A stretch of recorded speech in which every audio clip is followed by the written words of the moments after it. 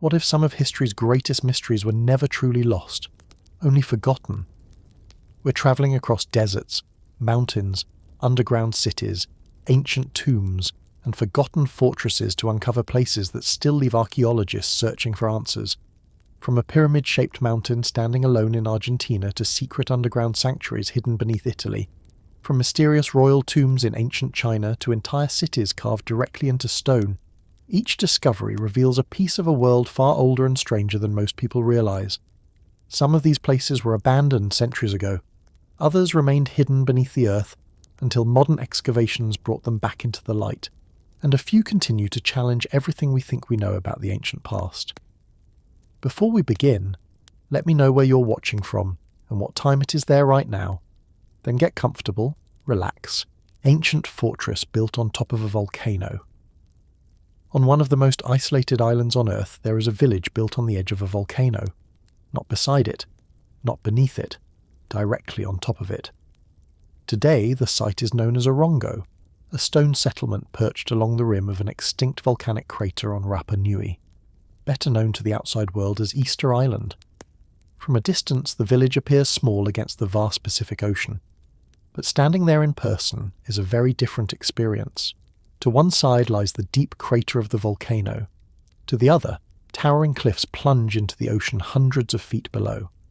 Waves crash endlessly against black volcanic rock, and in every direction there is water, nothing but water. The nearest inhabited land lies thousands of miles away. It is one of the most remote places humans have ever settled, and somehow, centuries ago, people chose to build a ceremonial village on the very edge of this volcanic world. For generations, Easter Island has fascinated historians, archaeologists and travellers alike. Most people know it because of the giant stone heads known as moai. These enormous statues stand across the island, staring silently inland as they have for centuries. But long after many of the great statues were raised, another chapter of Rapa Nui history began, one centred around Orongo, and a competition unlike anything else in the ancient world. Rapa Nui was first settled by Polynesian voyagers who crossed enormous distances of open ocean, using only stars, winds, currents, and generations of navigational knowledge. How they reached such a remote island remains one of humanity's greatest achievements in exploration. When those first settlers arrived, they discovered a volcanic island covered with forests and rich natural resources. Over time, communities developed across the landscape. Clans emerged, ceremonial platforms were built, and eventually the famous moai became symbols of power and ancestry. For centuries, the island's society revolved around these traditions. Then something changed. Historians still debate exactly what happened. Environmental pressures increased. Resources became scarcer. Internal conflicts may have grown. Old social systems began weakening. The era of massive statue building gradually came to an end. And from that period of transformation emerged a new religious tradition, the Birdman cult. At the centre of this belief system stood Orongo. The village was built from carefully fitted stone houses designed to withstand the powerful winds that swept across the volcano. Many of the structures were partially embedded into the ground, creating low profiles against the harsh environment. Even today, the stone buildings remain surprisingly intact. Their entrances are small, their walls are thick, and their position along the crater rim creates one of the most dramatic settings anywhere in the Pacific. But Orongo was more than a village. It was a ceremonial centre. Each year, representatives from powerful clans gathered there to participate in a dangerous competition that would determine political and spiritual authority for the coming year. The contest revolved around a seabird known as the sooty tern. Every spring, these birds nested on small rocky islets offshore from Orongo. The goal sounded simple: retrieve the first egg of the season. The reality was far more dangerous. Competitors had to descend steep volcanic cliffs, swim through shark-filled waters, reach the offshore islets, find an egg, and then return safely without breaking it. The challenge demanded strength, endurance, courage, and luck. Many participants risked their lives. Some never returned. Yet the reward was enormous. The victorious competitor's sponsor became the Tangata Manu, or Birdman, a sacred leader who gained prestige and influence across the island. For an entire year, that clan held a privileged position within Rapa Nui society. From a modern perspective, the competition seems almost impossible. Standing at Orongo today, visitors can see the cliffs competitors once descended. The drop is terrifying. Below, the ocean crashes relentlessly against volcanic rock. Even reaching the water would have been dangerous. And yet year after year, people attempted the journey. Not for wealth, not for treasure, but for honour, belief, and status. Archaeologists studying Orongo have discovered hundreds of petroglyphs carved into the stone around the village. Many depict birdman figures, seabirds, and religious symbols connected to the competition. These carvings offer rare glimpses into the spiritual world of ancient Rapa Nui, a world where leadership, religion, and survival were deeply connected, and where one small egg carried extraordinary meaning. The isolation of Easter Island only makes the story more remarkable. Everything at Orongo developed far from the great civilizations of Europe, Asia, Africa, or the Americas.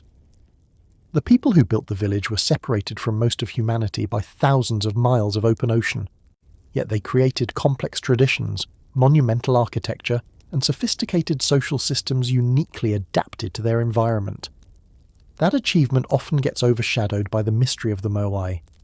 But Orongo tells a different story, not about giant statues, but about resilience, adaptation, and the ability of human communities to reinvent themselves during periods of change. Today, the village remains one of the most important archaeological sites on Easter Island. The stone houses still cling to the crater rim, the petroglyphs remain etched into volcanic rock, and the ocean continues crashing against the cliffs exactly as it did centuries ago. The Birdman competition is long gone. The priests and leaders who once gathered there have vanished into history. Yet Orongo still stands above the Pacific, a fortress-like village balanced between volcano and ocean, a place built at the edge of the world, and a reminder that some of humanity's most extraordinary stories unfolded in the most unexpected places imaginable. Megalithic site buried beneath the Armenian highlands. High within the Armenian highlands, surrounded by mountains, volcanic plains, and winds that have crossed the region for thousands of years, lies a place that few people outside archaeology have ever heard of. At first glance, Metsamor appears unremarkable, a low rise in the landscape, a quiet archaeological site far removed from the world's most famous ancient monuments. But beneath that ground rests evidence of a civilization that flourished long before the rise of Rome, long before the great medieval kingdoms of Europe, and even before many of the empires that later dominated the ancient Near East. For decades, archaeologists working at Metsamor have uncovered traces of a forgotten world hidden beneath layers of earth and time. Massive stone structures, ancient temples, burial complexes, metal workshops, and evidence of a society whose achievements were far more advanced than many once imagined. The story of Metsamor begins thousands of years ago. Long before written history became common across much of the region, communities were already living among the valleys and volcanic landscapes of the Armenian highlands. The area occupied an important position between Asia, the Middle East, and Europe, making it a natural crossroads for trade, migration, and cultural exchange. People moving through the region carried ideas, technologies, and traditions from distant lands. Over generations, settlements grew larger, communities became more organized, and eventually, one of those settlements developed into what is now known as Metsamor.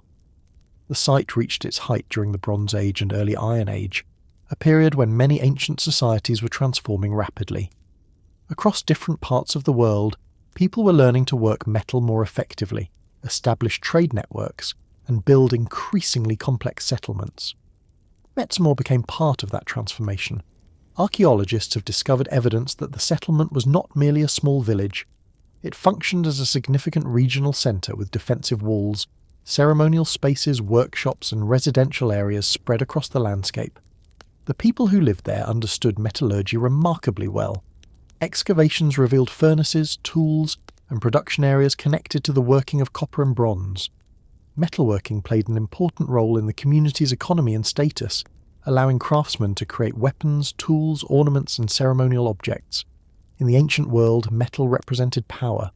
Those who controlled its production often gained influence far beyond their local communities, and Metsamor appears to have been one of those places. One of the most fascinating aspects of the site is its megalithic architecture. Large stone structures were built using techniques that required planning, labour, and organisation. Some sections of the settlement suggest ceremonial or religious functions, while others may have served defensive purposes.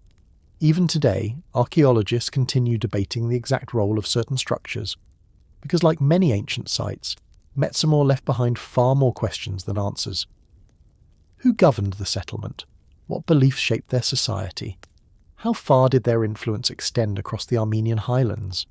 The answers remain incomplete, yet every excavation adds another piece to the puzzle.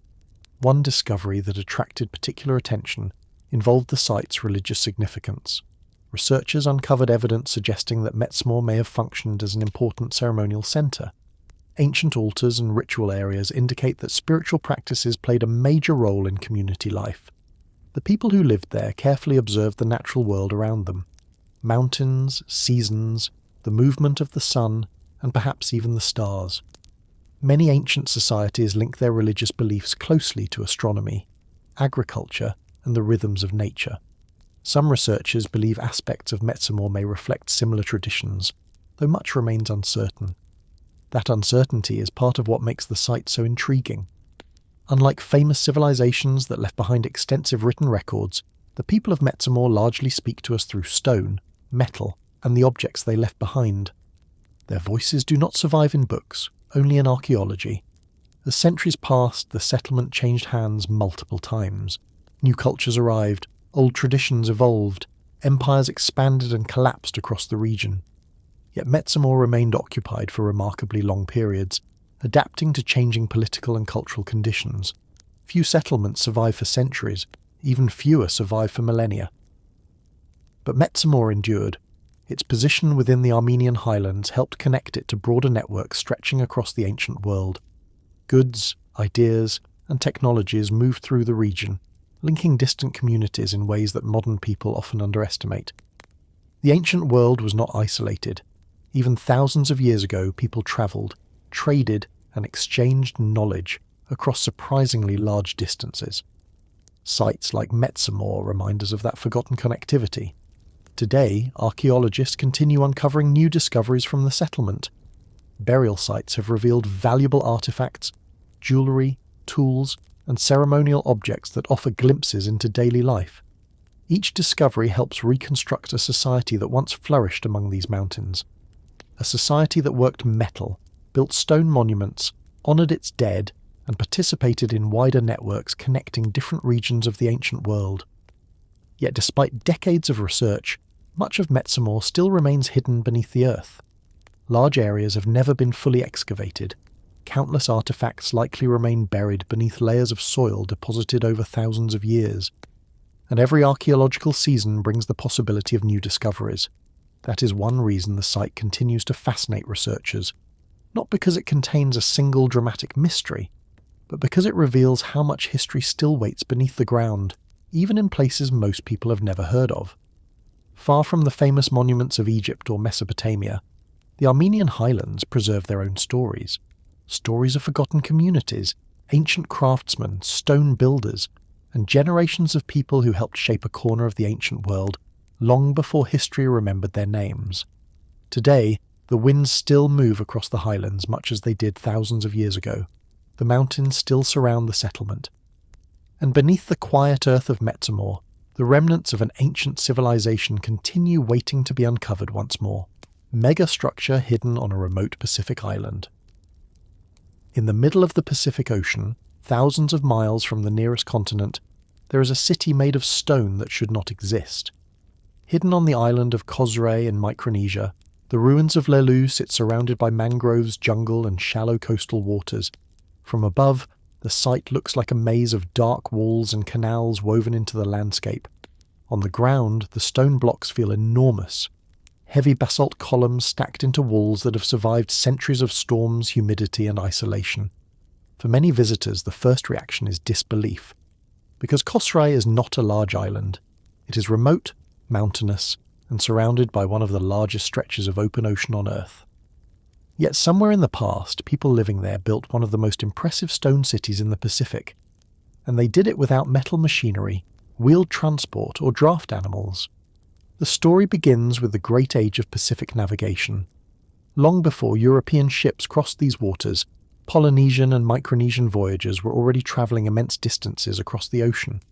They navigated using stars, currents, winds, cloud patterns, and generations of knowledge passed from master navigator to apprentice. To modern eyes, those journeys seem almost impossible, but for the people of the Pacific, the ocean was not a barrier. It was a network of routes connecting islands spread across thousands of miles. Eventually, one of those routes led to Kosrae. Over centuries, the island's population grew. Communities developed political and social hierarchies. Chiefs gained power, ceremonial traditions emerged, and by around the 13th century, construction began on what would become the city of Lelou. Unlike a simple village, Lelou was carefully organised. Stone walls divided different districts. Elite compounds were separated from ordinary areas. Canals and waterways connected parts of the settlement. The city became both a political centre and a symbol of authority. Archaeologists estimate that Lelou once covered a large area near the coast, making it one of the largest archaeological sites in Micronesia. At its height, it may have housed hundreds, possibly thousands, of people connected to the island's ruling class and supporting communities. But the most astonishing feature is the stone itself. The builders used massive basalt blocks, some weighing several tons. These stones were quarried, transported and assembled into walls that still stand today. Walking through the ruins, you can see long courses of dark volcanic rock fitted together with surprising precision. And that raises the question that continues to fascinate researchers. How did they move these stones? Basalt is extremely heavy. Even with modern equipment, transporting large blocks through tropical terrain is difficult. The people of Kosrae accomplished it using human labour, engineering knowledge, and careful organisation. Some researchers believe the stones were moved by teams of workers using sledges, rollers, ropes, and leverage. Others suggest coastal transport by canoe or raft may have played a role. Whatever method they used, the project required planning on a scale far beyond what many outsiders once imagined for a remote island society. That realization changed how historians viewed the Pacific. For a long time, island societies were often portrayed as isolated and technologically simple. Sites like Lelou demonstrate something very different. They show complex political organization, large-scale construction, skilled engineering, and the ability to mobilize significant labor over long periods. In other words, the builders of Lelou were not surviving at the edge of the world, they were shaping it. The city also reveals a sophisticated understanding of the local environment. Canals allowed movement by canoe through parts of the settlement. Coastal access connected Lelou to fishing grounds and trade networks with nearby islands. The location balanced protection, transportation, and access to resources. At night, the city would have looked very different from the silent ruins seen today. Fires burning inside houses, canoes moving through the waterways, voices echoing between stone walls, priests performing ceremonies, chiefs receiving visitors from other islands. For generations, Lelou was a living centre of power in the Pacific. Then gradually it began to fade. The exact reasons remain uncertain. Political changes, shifting populations, environmental pressures, and later outside influences likely all contributed. Like many ancient cities, Lelou did not disappear overnight. It slowly lost its importance as the world around it changed. Eventually the stone city was abandoned. Mangroves spread across the shoreline. Trees grew between walls. Roots pushed through ancient foundations. Tropical rains washed soil across the ruins. For centuries the jungle reclaimed what people had built. And because Kosrae remained isolated from major global centres, the ruins attracted far less attention than famous sites in Egypt, Greece, or Mesoamerica. Even today, many people who know the names of Machu Picchu or Angkor have never heard of Lelou, yet archaeologists increasingly recognise its importance. The site preserves evidence of a sophisticated island civilization that flourished far from the great empires usually highlighted in world history.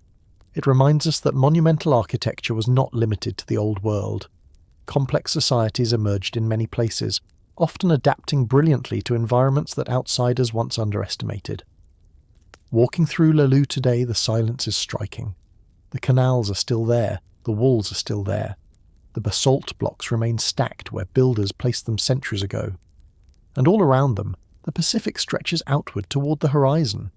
No giant crowds, no towering skyscrapers, just stone, jungle, water, and the memory of a city that once stood at the centre of a remote island world. In that silence, it becomes easier to understand why Lelou feels so mysterious. Not because it is impossible, but because it proves something many people forget. Human ingenuity did not belong to one civilization or one continent. Even on a small island surrounded by thousands of miles of ocean, people built a city of stone that still survives today.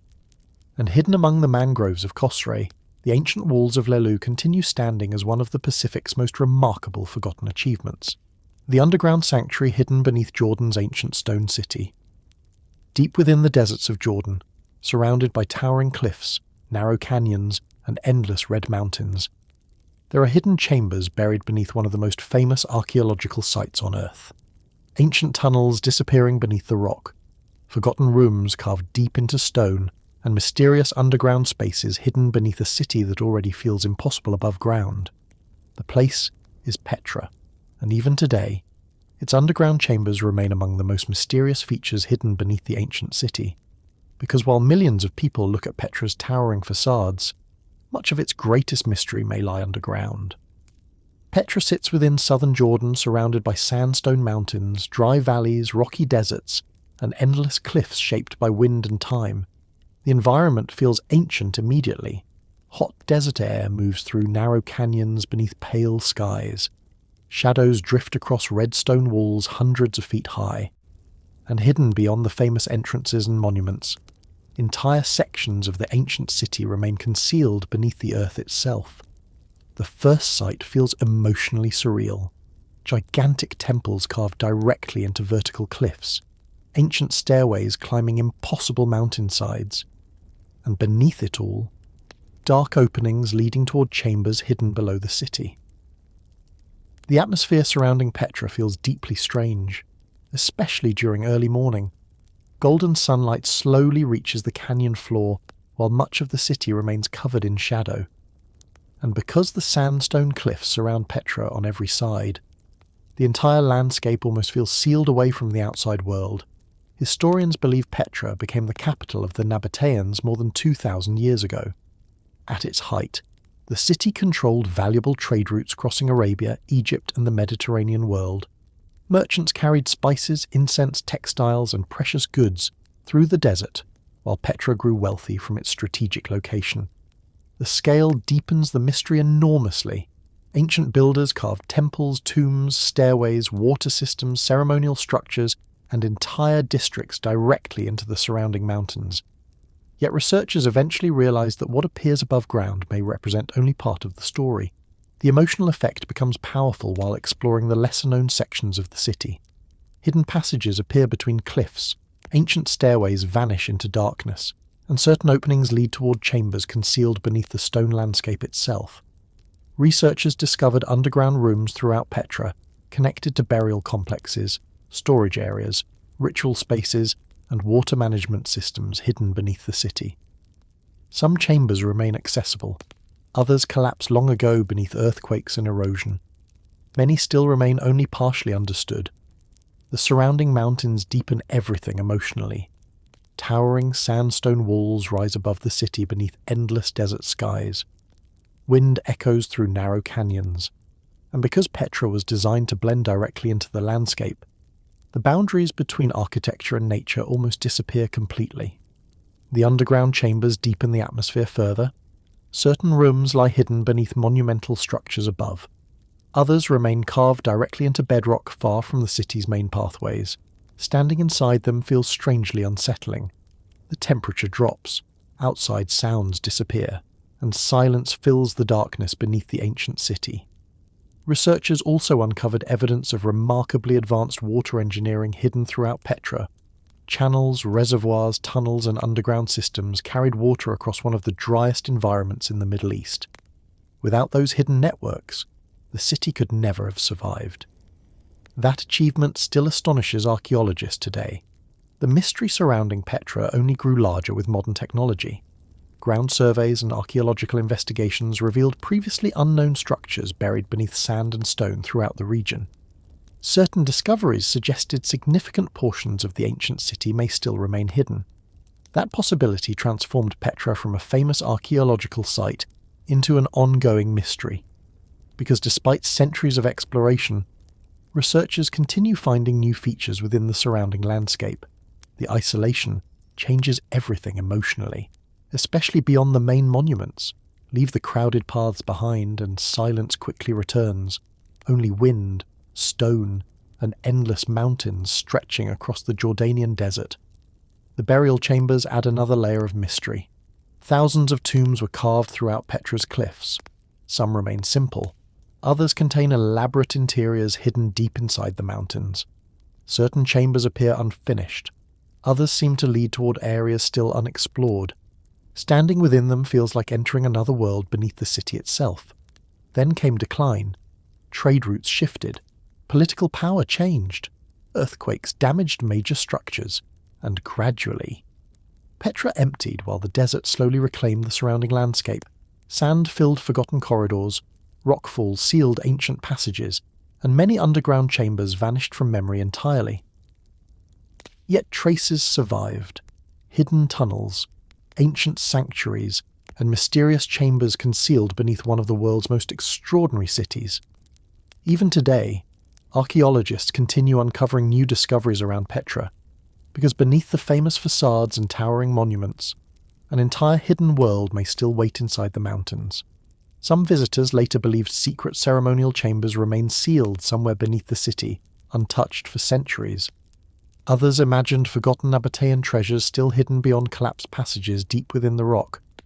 And during quiet evenings, when shadows spread across the red cliffs and darkness fills the ancient chambers beneath the city, Petra barely feels connected to the modern world at all. The massive stone tomb built before the pharaohs. Across the rolling hills of southern Spain, surrounded by olive groves, distant mountains and quiet valleys, there stands a prehistoric monument so old that it was already ancient long before the first pharaohs ruled Egypt. Massive stone chambers hidden beneath the earth, gigantic blocks weighing dozens of tons, and a mysterious tomb built thousands of years before many of history's most famous civilizations even existed.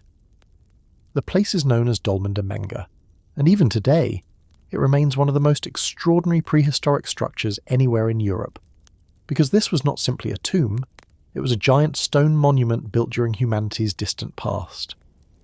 Dolmen de Menga stands near the town of Antequera, surrounded by fertile plains, rocky hills, forests and mountain peaks stretching across southern Spain. The environment feels peaceful immediately. Warm wind moves across the countryside beneath pale skies. Birds drift above the fields, and hidden beneath a grassy mound rising from the landscape itself, one of Europe's greatest prehistoric mysteries waits in silence. The first sight feels surprisingly simple. A narrow entrance leading underground, ancient stones emerging from the earth, and a monument that reveals almost nothing of its true scale from the outside. The atmosphere changes completely once you step inside. Sunlight begins to fade behind you, the air becomes cooler, and enormous stone slabs slowly emerge from the darkness. The scale feels astonishing. Massive upright stones line the passageway, giant capstones stretch overhead, and every section of the monument feels far larger than most people expect. The atmosphere surrounding Menga feels deeply strange, especially in silence. Every sound echoes softly through the chamber. Shadows move across stones positioned thousands of years ago, and because the structure has survived for so long, the interior almost feels disconnected from ordinary time itself. Historians believe Dolmen de Menga was constructed more than 5,000 years ago during the Neolithic period. That places its origins before many of the world's most famous ancient monuments. At a time when prehistoric communities were still spreading across Europe, somebody organized the construction of one of the largest megalithic tombs ever built. The scale deepens the mystery enormously. Some of the stones weigh many dozens of tons. Ancient builders somehow quarried, transported, and raised these giant blocks without metal machinery, engines, or modern engineering equipment. Even today, researchers continue debating exactly how such an achievement was accomplished. The central chamber deepens the atmosphere further. Massive stone pillars support the enormous ceiling overhead. The space feels unusually large compared to many other prehistoric tombs. Standing inside, it feels less like entering a burial chamber, and more like entering a giant underground hall. The surrounding landscape deepens everything emotionally. Mountains rise beyond the plains beneath changing skies.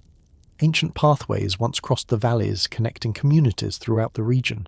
And because the monument remains surrounded by open countryside, it still feels connected to the world of its builders. Researchers discovered human remains inside the structure, suggesting it served as an important burial site for prehistoric communities. Yet the scale of the monument suggests something larger may have been happening here as well. The effort required to build Menga was extraordinary. Generations may have known about the site.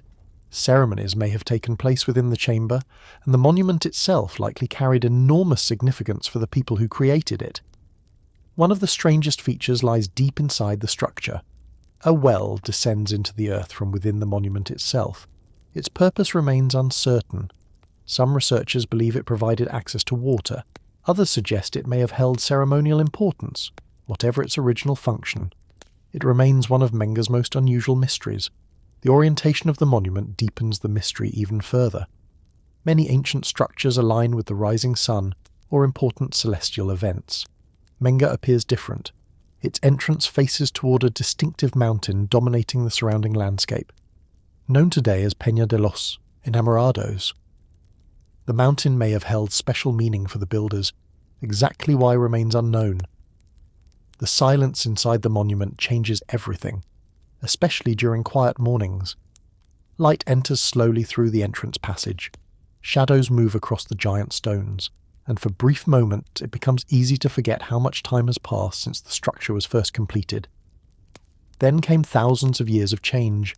Civilizations rose across Iberia, empires crossed the region, kingdoms appeared and disappeared, and throughout it all, the giant stone tomb remained standing beneath its grassy hill.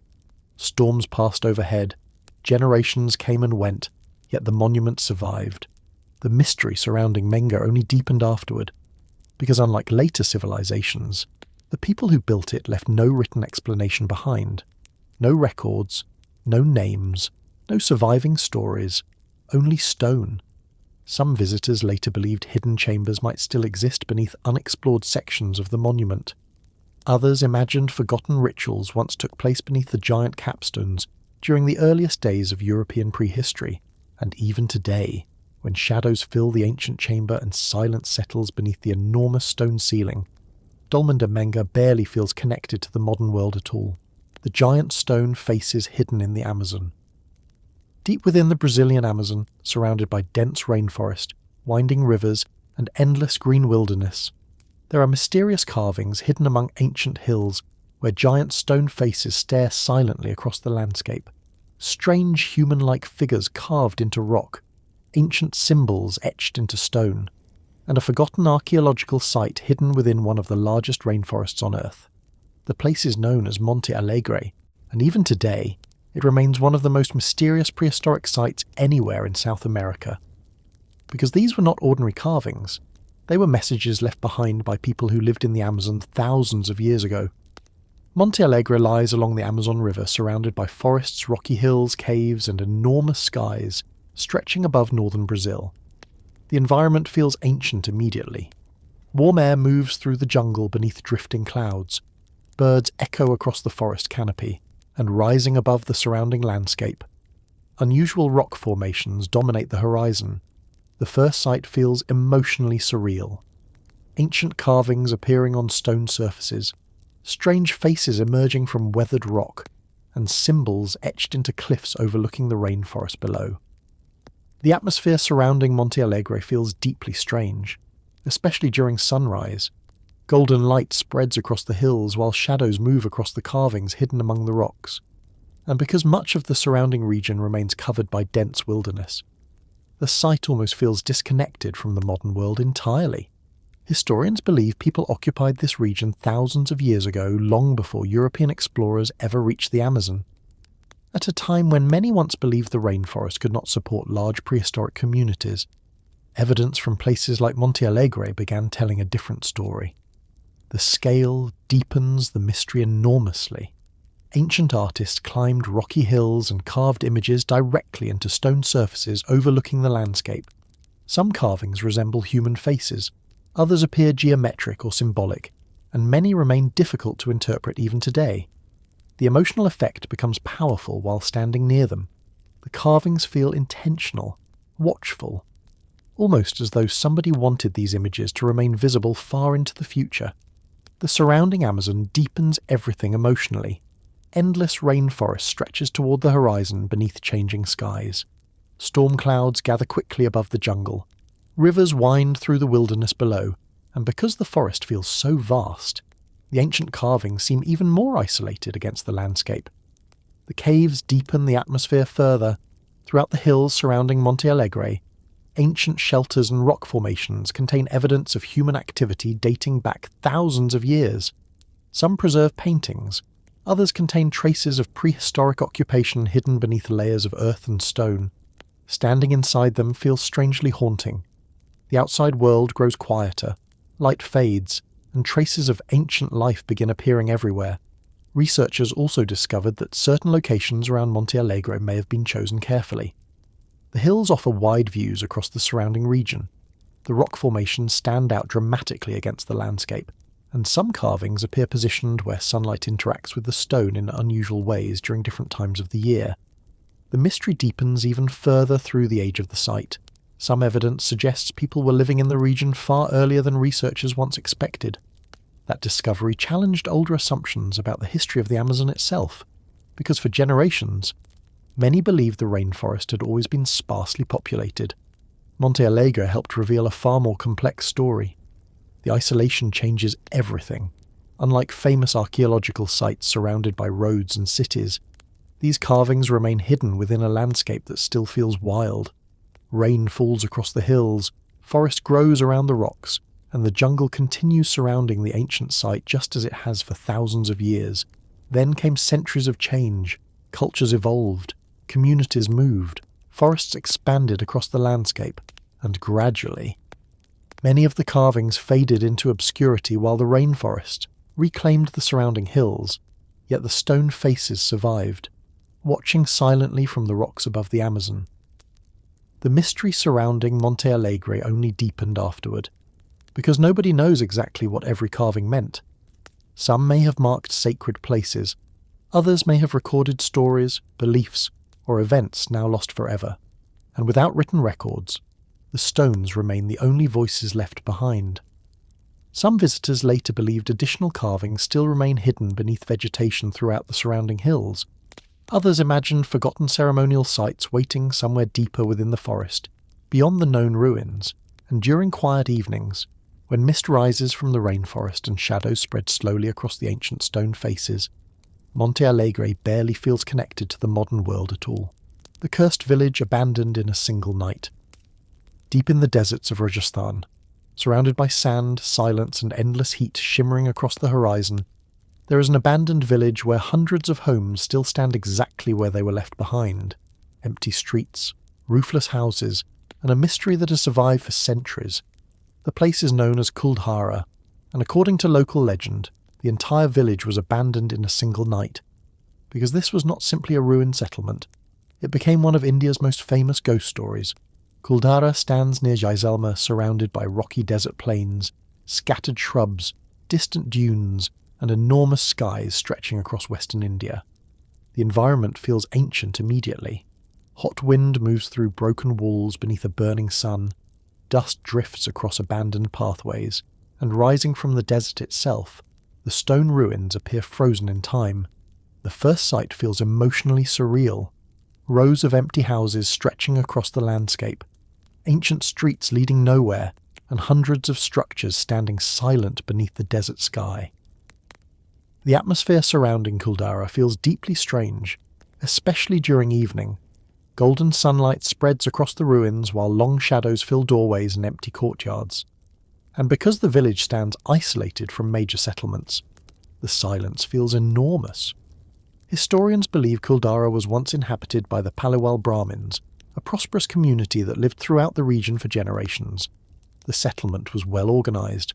Homes lined carefully planned streets. Water systems supported life in the harsh desert, and trade helped the community prosper despite the difficult environment. The scale deepens the mystery enormously. This was not a tiny village. Hundreds of people once lived here. Families raised children. Merchants crossed the region. Daily life filled the streets with activity. Then suddenly, everything ended. According to local stories passed through generations, a powerful ruler became obsessed with a young woman from the village.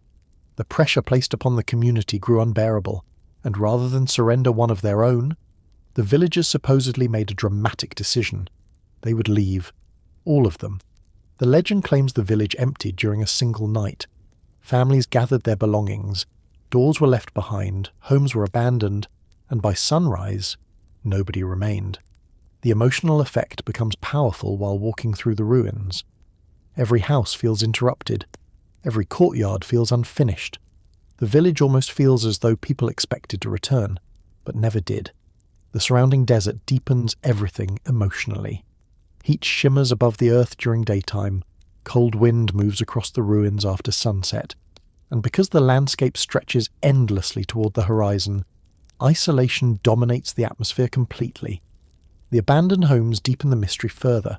Stone walls still outline rooms where families once lived. Ancient kitchens remain visible.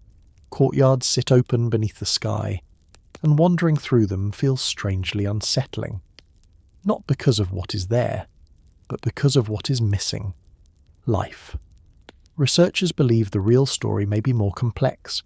Environmental changes, economic difficulties, water shortages, or political pressures may have gradually contributed to the settlement's abandonment.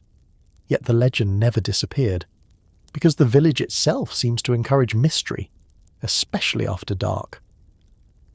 As evening arrives, the ruins change. Shadows fill the narrow streets, wind whistles through broken walls, and the empty village begins feeling far larger than it appeared during daylight. The curse became part of local folklore. According to popular stories, the departing villagers left a curse behind preventing future permanent settlement. Whether true or not, the legend spread across generations and transformed Kuldara into one of India's most famous abandoned places. The isolation changes everything. Unlike crowded historical sites filled with visitors, parts of Kuldara still feel remarkably quiet. The desert surrounds it on every side. The silence lingers between the ruined houses, and the mystery remains impossible to ignore. Then came centuries of abandonment. Storms crossed the desert, sand moved through empty streets. Walls collapsed beneath weather and time, yet much of the village survived. Waiting beneath the Rajasthan sun, the mystery surrounding Kuldara only deepened afterward. Because nobody can say exactly what happened during those final days, the villagers left, the houses remained, and the story never ended. Some visitors later believed strange sounds could still be heard among the ruins after dark. Others imagined the final night unfolding house by house as families disappeared into the desert beneath the stars. And during quiet evenings, when wind moves through the empty streets and shadows spread slowly across the abandoned village, Kuldara barely feels connected to the modern world at all. The ancient megastructure hidden in the jungle, deep within the rainforests of Belize, surrounded by dense jungle, mist-covered hills, and the constant sounds of unseen animals moving through the trees, there are ruins of an ancient city hidden beneath the forest canopy, where one of the Maya world's greatest mysteries still stands. Massive stone platforms rising from the jungle floor, ancient temples swallowed by vegetation, and a forgotten megastructure built by a civilization that once ruled vast regions of Central America. The place is known as Lubantun, and even today, it remains one of the strangest archaeological sites anywhere in the Maya world. Because unlike many ancient cities, Lubantun was built differently, very differently. Lubantun lies in southern Belize, surrounded by rolling hills, rivers, tropical forests, and endless green wilderness stretching across the landscape. The environment feels ancient immediately. Warm air moves through the jungle beneath drifting clouds. Birds echo through the canopy overhead, and hidden among the trees themselves, giant stone ruins slowly emerge from the vegetation. The first sight feels emotionally surreal. Massive stone terraces climbing above the forest floor, ancient plazas hidden beneath jungle growth, and enormous structures appearing where few people would ever expect to find them. The atmosphere surrounding Lubantun feels deeply strange, especially during early morning. Mist drifts slowly through the ruins while sunlight struggles to reach the jungle floor. And because the surrounding rainforest feels so vast, the city almost seems disconnected from the modern world entirely. Historians believe Lubantun flourished during the final centuries of the classic Maya period, at a time when powerful kingdoms controlled large sections of Central America. This city grew among the forests of what is now Belize, yet something about Lubantun immediately stands apart from other Maya cities. The scale deepens the mystery enormously. Ancient builders constructed giant platforms, ceremonial structures, plazas, and pyramids using thousands of carefully shaped stones. But unlike many famous Maya sites, the stones here were fitted together without large amounts of mortar. Certain walls appear assembled almost like giant puzzles, each stone carefully shaped to fit against the next. The emotional effect becomes powerful while walking through the ruins. Ancient stairways rise from the jungle, stone walls stretch through the trees, and every structure feels hidden beneath layers of vegetation and time. The surrounding rainforest deepens everything emotionally. Dense jungle spreads toward the horizon beneath tropical skies. Rainstorms move suddenly across the landscape. Vines climb ancient walls. Roots push through stone structures, and everywhere, nature appears locked in a slow battle with the ruins themselves. The plazas deepen the atmosphere further. Large open spaces remain visible between the structures where ceremonies, gatherings, and daily life once filled the city with activity. Today, only silence remains. Researchers believe thousands of people may have lived throughout the surrounding region while Lubantun served as an important ceremonial and political center. Trade routes connected the settlement with other Maya cities across Central America. Goods, knowledge, and influence moved through the forests for generations. The mystery surrounding the city only deepened afterward, because despite its impressive size, Lubantun was occupied for a surprisingly short period compared to many other Maya centers. Then something changed. The city was abandoned, its buildings were left behind, and the jungle slowly began reclaiming everything. The unusual stonework deepens the mystery even further. Many visitors notice immediately that the structures look different from other Maya sites. The construction style remains one of the most distinctive in the region. Even today, researchers continue studying why the builders chose this approach and how it evolved. The isolation changes everything. Unlike heavily visited archaeological sites surrounded by crowds, Lubantun still feels remarkably remote. The rainforest surrounds it on every side. The sounds of wildlife echo constantly through the trees, and the ancient city feels hidden exactly where the jungle left it. Then came centuries of silence. Trees grew through plazas, roots wrapped around temples, stone structures disappeared beneath vegetation, and for generations, much of the city remained hidden beneath the rainforest canopy. Yet traces survived. Ancient terraces, massive platforms, and giant stone structures rising from the jungle where a Maya city once flourished centuries ago. Some visitors later believed undiscovered sections of the city still remain hidden beneath the surrounding forest, untouched by archaeology.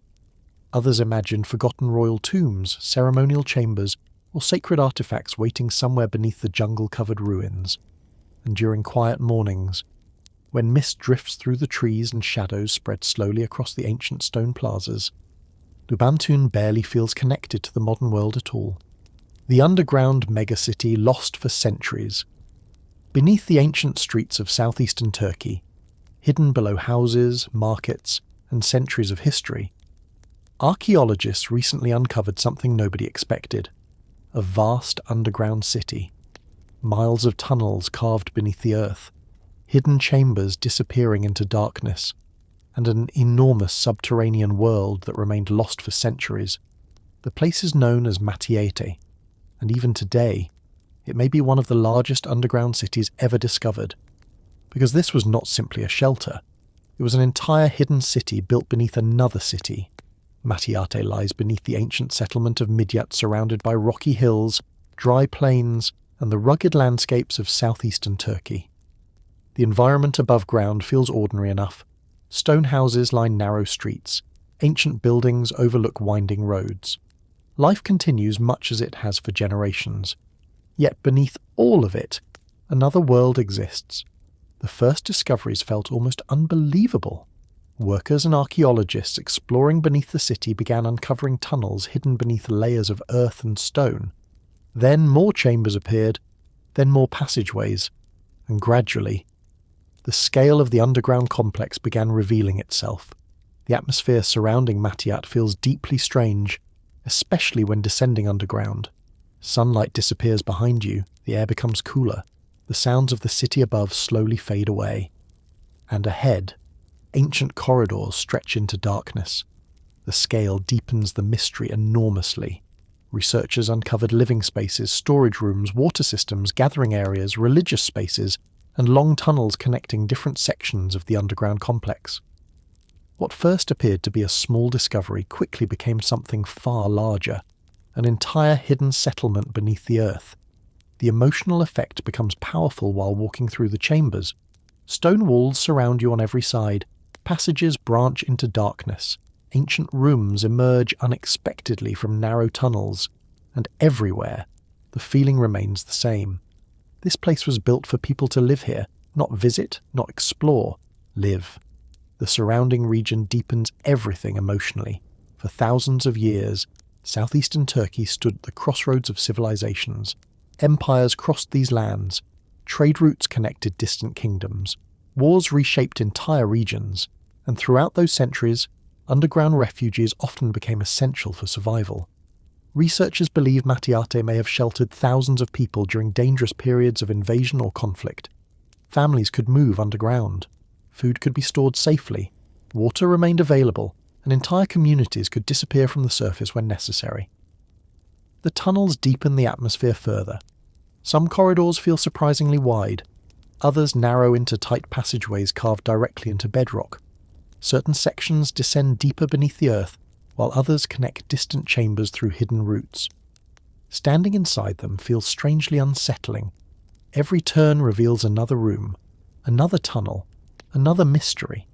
The engineering also deepens the fascination. Ventilation systems carried air throughout the underground city. Water sources supported long-term occupation, and despite being hidden beneath the earth, the settlement remained remarkably functional. The deeper researchers explored, the larger Matiate seemed to become. New chambers continued appearing, additional tunnels emerged, and sections of the city remained unexplored. That possibility transformed the discovery into one of Turkey's most remarkable archaeological finds. Because even now, nobody knows exactly how far the underground city extends. The isolation changes everything, especially in the deeper sections. The outside world completely disappears. No wind, no sunlight, no sky, only stone corridors stretching beneath the earth. The silence feels enormous. Historians believe people may have used the underground complex across different periods for centuries. Generations came and went above ground while hidden spaces remained beneath the city. Some chambers changed purpose, others were abandoned, yet the underground world survived. Then, eventually, it disappeared from memory. Entrances were sealed, passageways collapsed, new buildings rose, above older structures, and over centuries, the hidden city faded completely from history. People walked above it every day without realizing what existed beneath their feet, until archaeologists began uncovering the lost chambers once again. The mystery surrounding Matiate only deepened afterward, because every new excavation revealed additional tunnels and rooms hidden beyond known sections of the city. What was discovered raised an extraordinary possibility. Large parts of the underground complex may still remain buried and unexplored. Some researchers believe many chambers have yet to be uncovered. Others suspect entire sections of the underground city still wait beyond collapsed passageways beneath Midyat. And deep beneath the streets of modern Turkey, where darkness fills ancient corridors and silence settles across forgotten stone chambers, Matiate continues revealing its secrets one tunnel at a time, the giant monuments hidden across the endless steppe. Across the vast grasslands of Eurasia, where the horizon seems to stretch forever beneath enormous skies, there are giant artificial hills scattered across the landscape that have puzzled travellers for centuries, massive earth mounds rising from empty plains, ancient burial chambers hidden deep beneath the ground, and mysterious monuments built by one of history's most feared nomadic civilizations. The place is not a single location.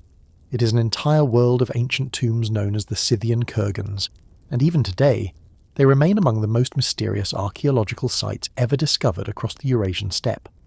Because these were not ordinary graves, They were giant monuments built for warriors, rulers, and elites whose lives became legends. The kurgans stretch across regions of modern Ukraine, Kazakhstan, southern Russia, and parts of Central Asia surrounded by endless grasslands, rolling hills, rivers, and enormous skies. The environment feels ancient immediately. Wind moves endlessly through the tall grass. Storm clouds drift across distant horizons, and rising quietly from the landscape itself, strange mounds appear where nature should have left the land perfectly flat. The first sight feels emotionally surreal. A giant hill standing alone in the middle of nowhere. No village nearby, no mountain beneath it. Just an enormous mound rising from the steppe. The atmosphere surrounding the kurgans feels deeply strange, especially during sunset.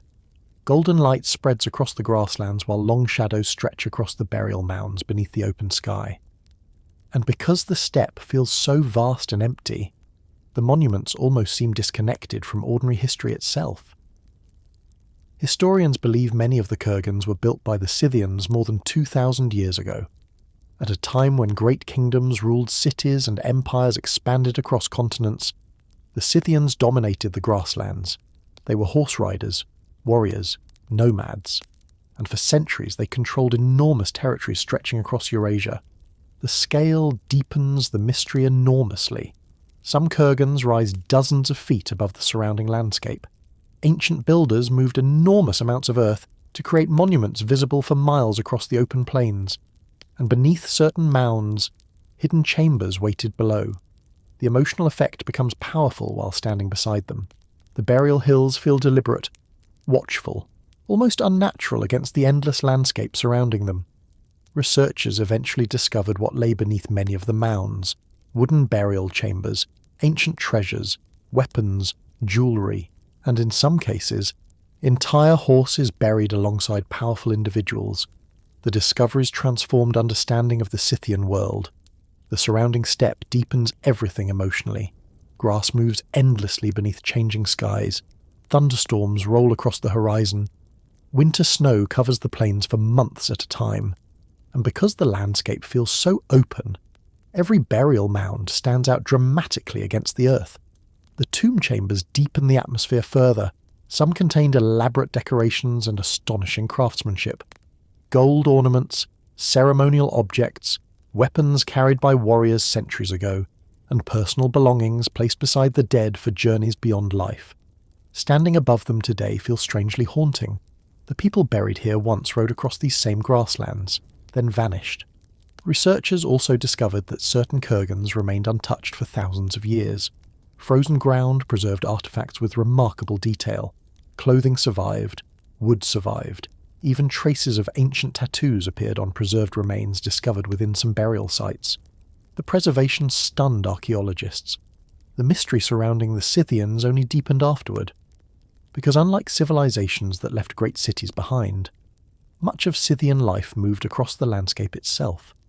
Their greatest monuments became these burial mounds scattered across the steppe, silent reminders of a world that once existed beyond the borders of ancient empires. The isolation changes everything. Unlike famous archaeological sites filled with tourists, many kurgans still stand alone in remote regions.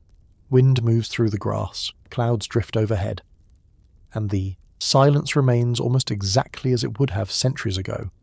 Then came thousands of years of change. Empires rose across Eurasia, trade routes shifted, kingdoms appeared and disappeared, yet the giant burial mounds remained.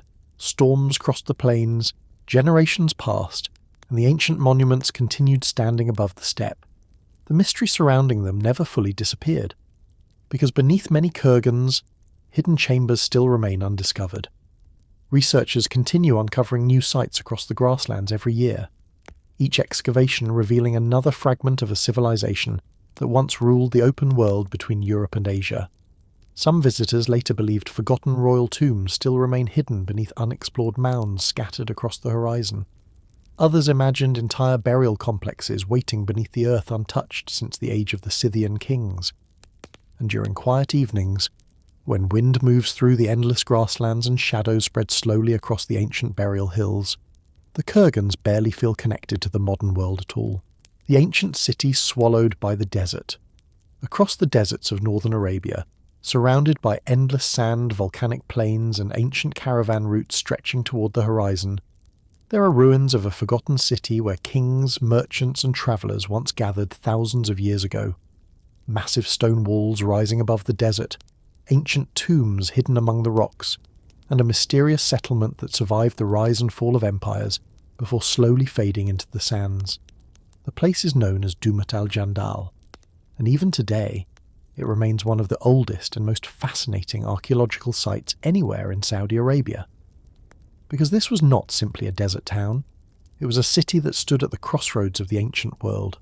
Dumat al-Jandal lies in the Al Jof region, surrounded by rocky deserts, distant mountains, dry valleys, and enormous skies stretching across northern Arabia.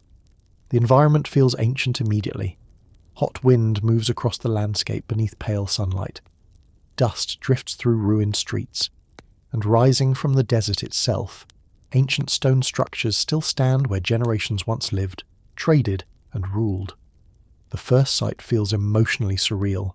Massive walls emerging from the earth, ancient houses built from stone, and ruins stretching across a landscape that feels almost untouched by time. The atmosphere surrounding Dumat al-Jandal feels deeply strange, especially during sunset. Golden light spreads across the ancient stones while long shadows fill abandoned pathways beneath the Arabian sky. And because the surrounding desert feels so vast, the city almost seems isolated from the modern world entirely. Historians believe people lived here for thousands of years, long before the rise of Islam, long before many famous kingdoms appeared across Arabia. The settlement occupied a strategic position near valuable water sources and important trade routes crossing the desert. The scale deepens the mystery enormously. For centuries, caravans travelled through the region carrying incense, textiles, metals, spices, and goods between distant civilizations. Merchants crossed the desert, armies marched through the valleys, and Dumat al-Jandal became an important stopping point in the middle of an unforgiving landscape. The emotional effect becomes powerful while walking through the ruins. Ancient walls rise unexpectedly from the sand. Stone alleyways lead toward abandoned structures, and every corner feels connected to a history stretching back far beyond living memory. The surrounding desert deepens everything emotionally. Dry plains stretch endlessly beneath changing skies. Heat shimmers above the earth during daytime. Cold winds arrive after sunset. And because the landscape feels so empty, the ruins stand out dramatically against the horizon. The fortress deepens the atmosphere further. High above the ancient settlement stands Marid Castle, overlooking the surrounding region. Its stone walls dominate the landscape exactly as they have for centuries. From the fortress, enormous views extend across the desert below. The structure feels watchful, almost permanent against the wilderness surrounding it. Researchers believe rulers and soldiers once monitored trade routes from these heights. Travellers approaching the city could likely see the fortress from miles away across the open desert. The mystery surrounding the settlement only deepened afterward, because Dumat al-Jandal appears throughout various historical traditions, ancient records, and regional legends stretching across different eras. Civilizations came and went. Empires expanded and collapsed. Yet the city endured. The stone buildings deepen the fascination. Unlike many desert settlements built primarily from mud brick, portions of Dumat al-Jandal were constructed using stone that survived centuries of weather and abandonment. Even today, sections of walls and structures remain remarkably preserved. The isolation changes everything, especially during quiet mornings. Wind moves through empty streets, birds circle above the ruins, and for brief moments, it becomes easy to imagine the city as it once was, busy, crowded, alive. Then came centuries of change. Trade routes shifted, political centres moved elsewhere, new cities emerged across Arabia, and gradually, sections of the ancient settlement fell silent. Walls collapsed, sand drifted through abandoned neighbourhoods, and parts of the city slowly disappeared beneath the desert itself. Yet traces survived. Ancient streets, stone houses, massive fortifications, and the remains of one of Arabia's oldest urban settlements standing against the desert sky. Some visitors later believed hidden chambers still existed beneath the ruins untouched for generations. Others imagined forgotten treasures, ancient inscriptions, or lost caravan goods remained buried beneath the sand somewhere within the city. And during quiet evenings, when desert wind moves through the ancient stone walls and shadows spread slowly across the abandoned streets, Dumat al-Jandal barely feels connected to the modern world at all. The giant rock sanctuary carved into a mountain. High above the mountains of southeastern Turkey, surrounded by jagged peaks, freezing winds, and endless horizons stretching toward the sky, there stands one of the strangest monuments ever built in the ancient world. Gigantic stone heads scattered across a mountaintop, massive terraces carved into the summit, and a mysterious sanctuary built where earth and sky seem to meet.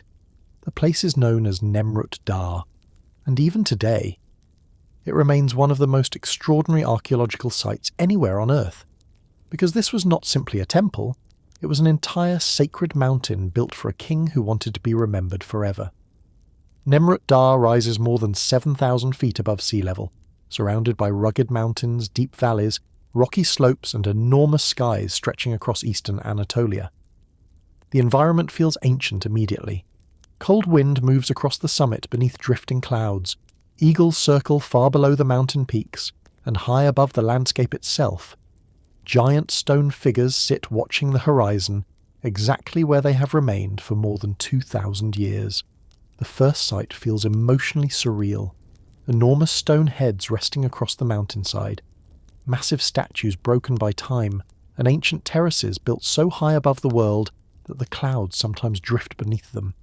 The atmosphere surrounding Nemrut feels deeply strange, especially during sunrise.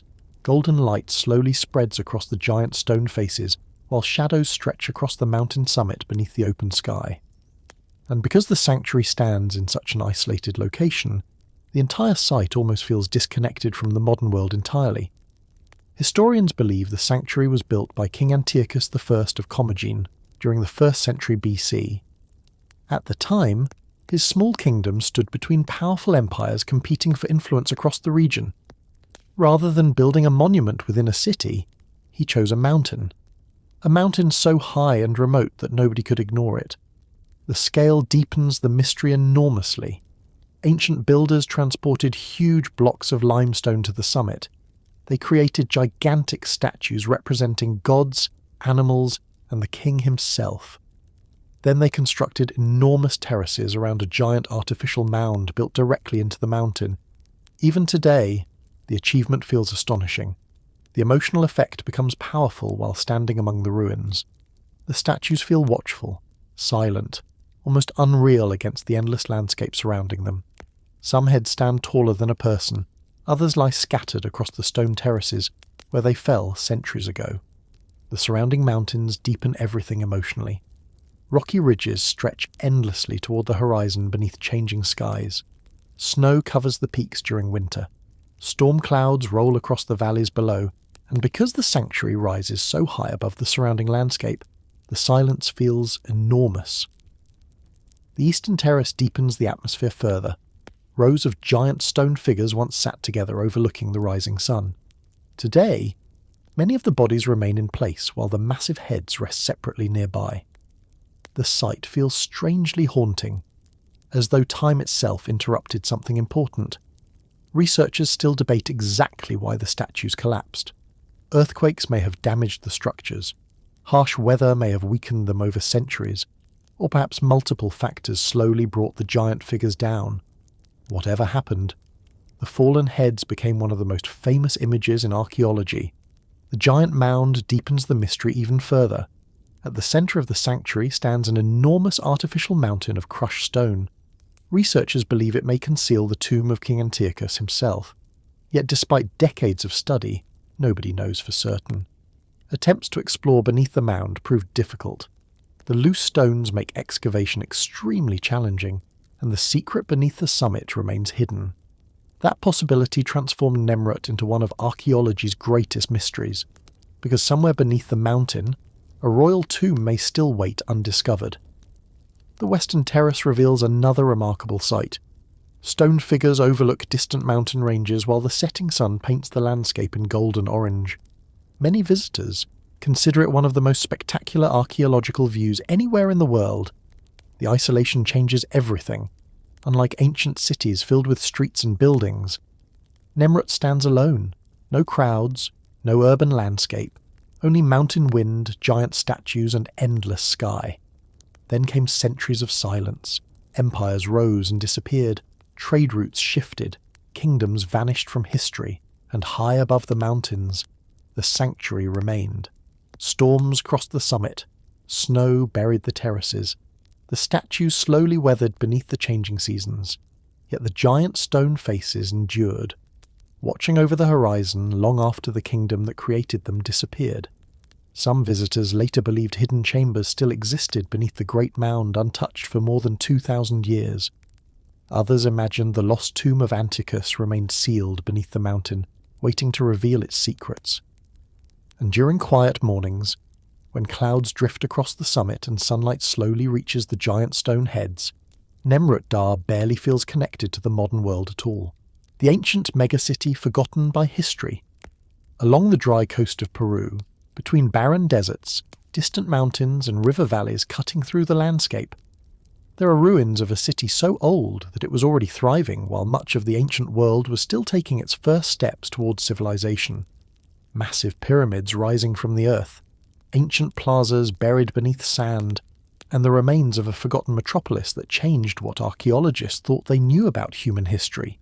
The place is known as Corral, and even today, it remains one of the most extraordinary archaeological discoveries ever made in the Americas. Because this was not simply an ancient settlement, it was one of the oldest cities ever built on Earth. Corral stands in Peru's Soup Valley, surrounded by dry hills, rocky deserts, fertile riverbanks, and enormous skies stretching across the Pacific coast. The environment feels ancient immediately. Warm wind moves across the valley beneath pale sunlight. Dust drifts through the ruins, and rising quietly from the landscape itself, giant structures appear where few people would expect to find a city more than 5,000 years old. The first sight feels emotionally surreal. Massive pyramids emerging from the desert floor, ancient stairways leading toward elevated platforms, and enormous ceremonial spaces stretching across a landscape that seems too empty to have once supported a thriving civilization. The atmosphere surrounding Corral feels deeply strange, especially during early morning. Long shadows spread across the pyramids while the valley slowly awakens beneath the Peruvian sky. And because the surrounding landscape remains so quiet, the ruins almost feel disconnected from ordinary history itself.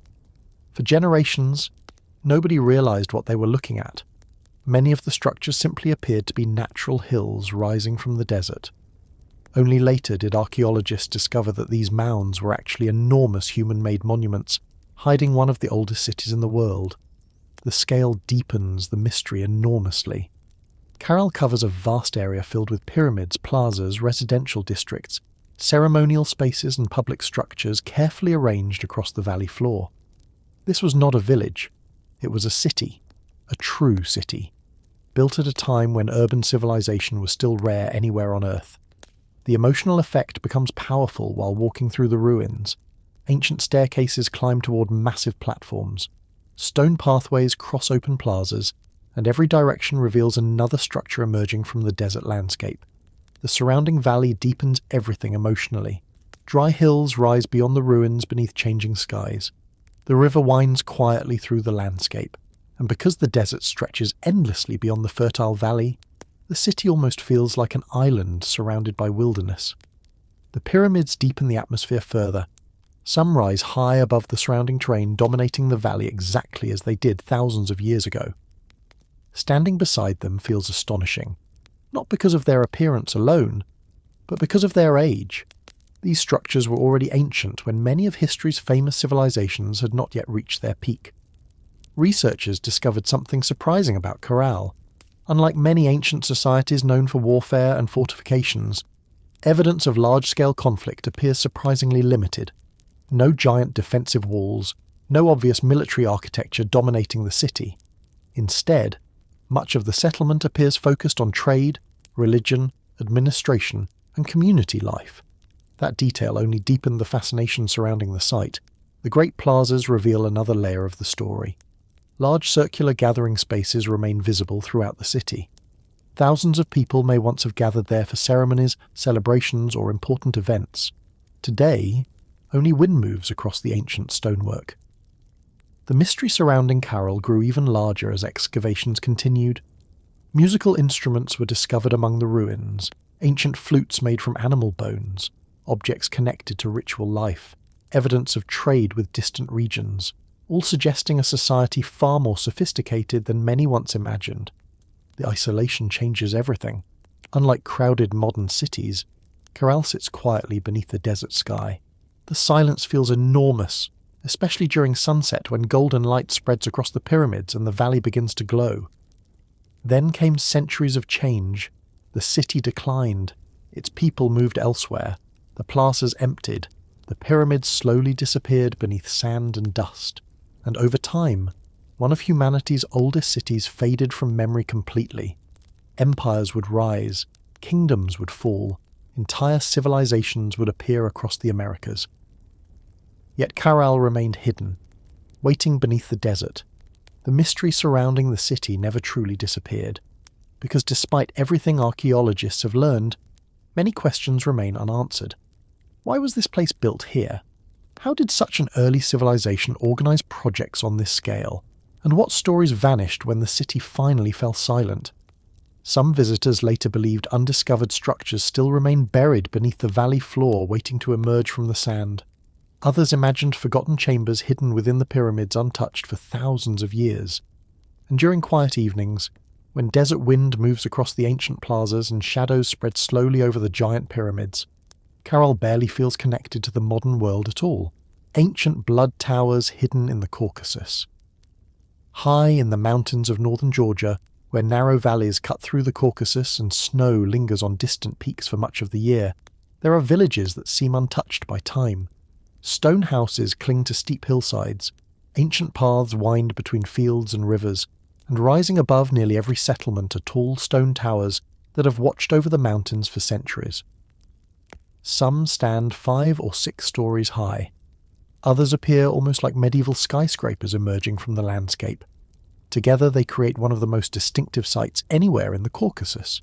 These are the Svan Towers, and for generations they played a role in a way of life shaped by family honour, survival and conflict. Today they are admired as architectural treasures, but they were not built to impress visitors.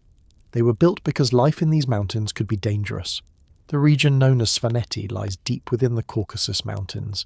Even today, reaching some villages requires winding roads that pass through dramatic valleys and steep mountain terrain. During winter, heavy snow can isolate communities for weeks at a time. For centuries, this isolation helped preserve local traditions. While kingdoms rose and fell across the surrounding regions, many mountain communities continued living according to customs that had changed very little over generations. The towers became part of that world. Most were constructed between the 9th and 12th centuries, though some may be older. Built from local stone, they usually stood beside family homes and formed part of larger household compounds. At first glance, the towers appear simple, tall, narrow, almost windowless, but every detail served a purpose. The lower levels were difficult to enter. Small openings provided protection while limiting access. Upper floors offered views across valleys and nearby settlements. In times of danger, entire families could retreat inside and defend themselves. And danger was never far away. Life in the Caucasus was shaped by geography. The mountains provided protection, but they also created isolation. Communities developed strong family identities and fierce loyalty to relatives. Disputes could last for years. Arguments over land, livestock, inheritance, or honour sometimes escalated into blood feuds that affected multiple generations. In such an environment, security mattered. The towers became both homes and fortresses. A family under threat could withdraw behind thick stone walls and wait until tensions eased. From the upper floors, defenders could watch approaching paths and protect themselves if necessary. It was a practical solution to the realities of mountain life. Over time, the towers became symbols of status as well. Building one required labour, resources and skill. A tall, well-constructed tower reflected the strength and standing of the family that owned it. In some villages, dozens of towers rose side by side, creating skylines unlike anywhere else in Europe. Travellers arriving in Svaneti centuries ago must have found the sight remarkable. Stone towers standing against a backdrop of snow-covered mountains, smoke rising from homes below, narrow paths connecting isolated settlements across rugged terrain. It was a landscape shaped as much by human determination as by nature itself. The people of Svaneti developed a reputation for independence. Throughout history, larger powers often struggled to control the region completely. The mountains provided natural defences, and local communities maintained strong traditions that helped preserve their identity. Even during periods of invasion elsewhere, some valleys remained relatively untouched. As a result, Svaneti became known as a place where older customs survived longer than in many surrounding regions. The towers witnessed all of it. Generations were born beneath them, families gathered inside them during harsh winters, conflicts began and ended within sight of their walls, and through centuries of change they remained standing. One reason so many towers survive today is their extraordinary construction. Built from stone and designed to endure difficult conditions, they proved remarkably resilient. Earthquakes, storms, and harsh mountain weather damaged some structures, but many survived when less durable buildings disappeared. Their design also reflected practical knowledge of the environment. The towers taper slightly as they rise, becoming narrower toward the top. This shape improved stability while reducing weight. Thick walls provided insulation against cold winters and protection during conflict. Nothing about them was accidental. They were products of experience accumulated over generations. Modern archaeologists and historians view the towers as more than defensive structures. They are windows into a way of life that once dominated parts of the Caucasus. A world where family ties were central, where survival depended on cooperation within communities, and where architecture evolved to meet the unique challenges of mountain living. Today, visitors travelling through Upper Svaneti often describe the region as one of the most beautiful landscapes in Europe. Ancient towers rise beside medieval churches, glaciers shine in the distance, rivers carve through deep valleys below. And despite the arrival of modern roads and technology, parts of the region still retain an atmosphere that feels connected to the past. Some towers have been restored, others remain weathered by centuries of wind and snow. A few stand partially ruined, their stones slowly returning to the landscape from which they came. Yet even in ruin, they remain impressive, because they were built to last, and last they have. For hundreds of years, the towers watched over the people of Svaneti. They witnessed changing kingdoms, shifting borders, and generations of mountain families living beneath their shadow. Today, they continue standing against the skyline of the Caucasus, reminders of a world where architecture served not only as shelter, but as protection, identity, and memory. And among the mountains of Georgia, those ancient stone towers still rise above the valleys, carrying the stories of the families who built them centuries ago. Secret library said to exist beneath the Sphinx. For more than 4,000 years, the Great Sphinx has watched silently over the Giza Plateau. Empires have risen and fallen around it. Kings, conquerors, archaeologists, and travellers have stood before its enormous stone face, wondering the same thing. What secrets might still be hidden beneath the sands of Egypt? The Sphinx is one of the most recognisable monuments on Earth. Carved directly from limestone bedrock, it stretches more than 200 feet across the desert, combining the body of a lion with the head of a king. Millions of people have seen photographs of it. Yet despite centuries of study, the monument continues to generate questions, not only about when it was built, or who built it, but about what may lie beneath it. Among the most enduring legends is the story of a hidden chamber known as the Hall of Records. According to the legend, somewhere beneath the Sphinx rests a secret library containing lost knowledge from a forgotten age, ancient wisdom, historical records, scientific discoveries, perhaps even the history of civilizations long vanished from the earth. The story has fascinated people for generations. Books have been written about it, documentaries have explored it, and countless theories have attempted to explain where the legend began. But unlike many archaeological mysteries, this one exists in a strange space between history, mythology, and modern speculation.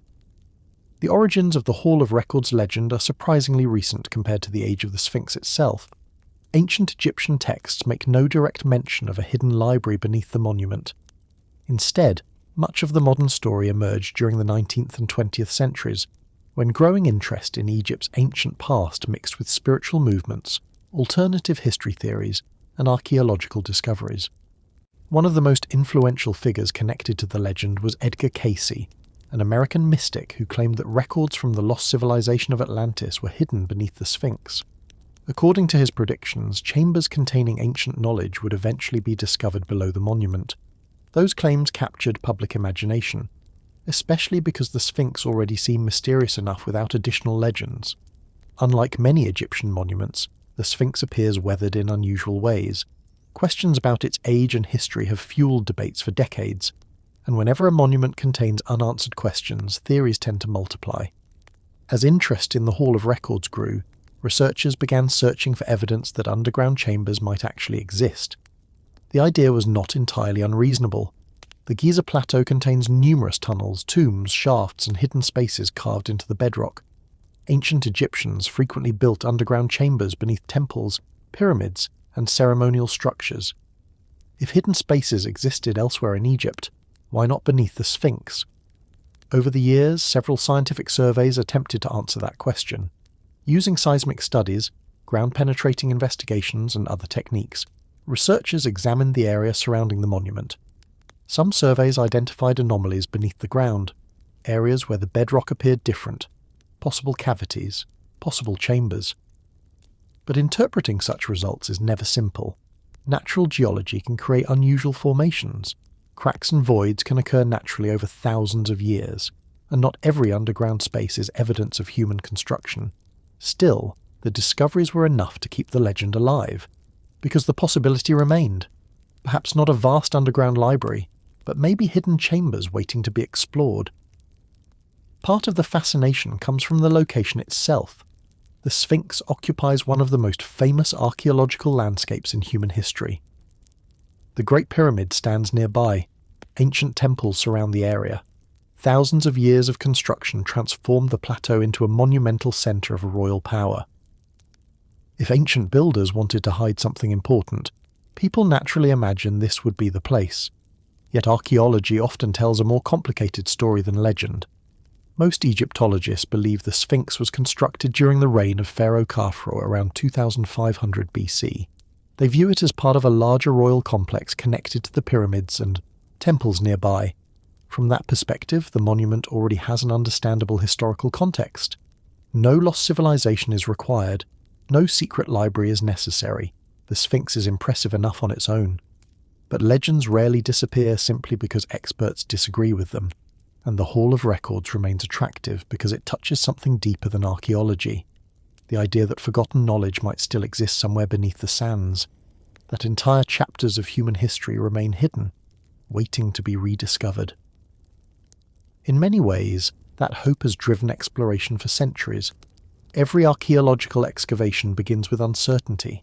Every buried chamber starts as a mystery, and throughout history, discoveries once considered impossible eventually became reality.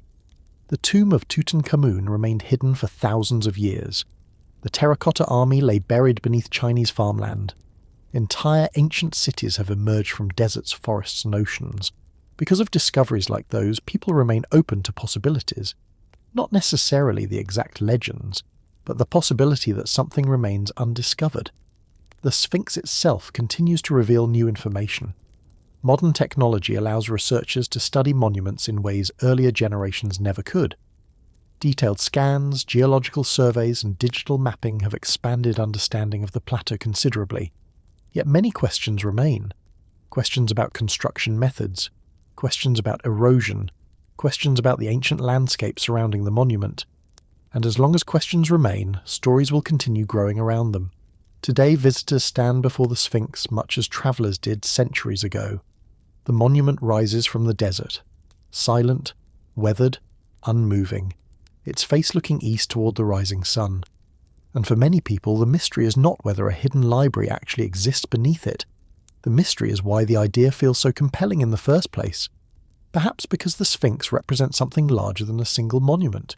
It represents the unknown, a connection to a past so distant that parts of it still remain difficult to understand. A reminder that even in an age of satellites and advanced technology, history continues to hold secrets.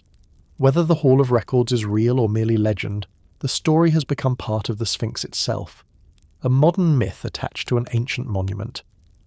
And somewhere beneath the limestone and sand of Giza, hidden among layers of history, questions remain waiting for future generations to explore.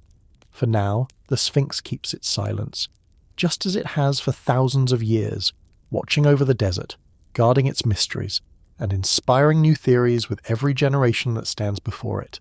Perfect Roman-scale armour discovery. In the eastern mountains of what is now Turkey, archaeologists excavating the ruins of the Roman fortress of Satala expected to find traces of soldiers. The site had served as one of Rome's most important frontier bases for centuries, guarding a region where empires regularly collided. What they did not expect was that one of the most interesting discoveries would come from hundreds of tiny pieces of metal. At first, the fragments looked unremarkable.